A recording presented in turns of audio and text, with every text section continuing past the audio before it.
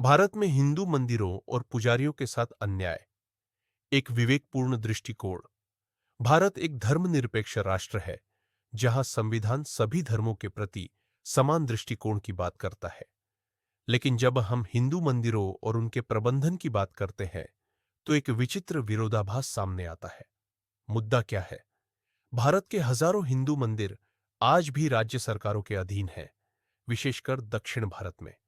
इन मंदिरों की आय, संपत्ति और प्रबंधन पर सरकारी नियंत्रण होता है, जबकि दूसरी ओर चर्च, मस्जिद और गुरुद्वारों का प्रशासन स्वयं उनके समुदायों के हाथों में होता है और वे स्वतंत्र रूप से कार्य करते हैं।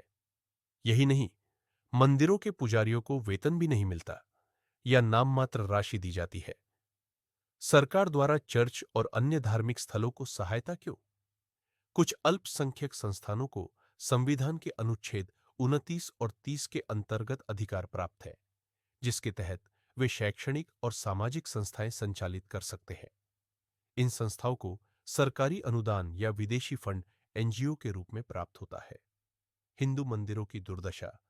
मंदिरों की आय से केवल सीमित राशि पुजारियों के लिए खर्च की जाती है। बाकी धन अक्सर सरकारी योजनाओं में चला जाता है। यह स्थिति न केवल धार्मिक स्वतंत्रता पर सवाल खड़ा करती है, बल्कि हिंदू आस्थाओं के विरुद्ध भी जाती है। मुख्य प्रश्न: यह भेदभाव क्यों?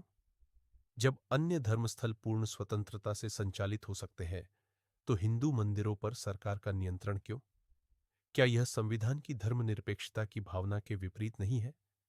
समाधान की दिशा में सुझाव: सभी हिंदू मंदिरों को उनके समुदायों को सौंपा जाए। पुजारियों को न्यूनतम वेतन, सामाजिक सुरक्षा और सम्मान मिलना चाहिए। सरकार को सभी धर्मों के प्रति समान व्यवहार करना चाहिए, न हस्तक्षेप, न विशेषाधिकार। यह विषय केवल धार्मिक नहीं, बल्कि न्याय, समानता और सांस्कृतिक स्वतंत्रता से जुड़ा हुआ है। समय आ गया है कि हम इस असंतुलन को पहचानें और इसे दूर करने की दिशा में ठोस कदम उठाएं।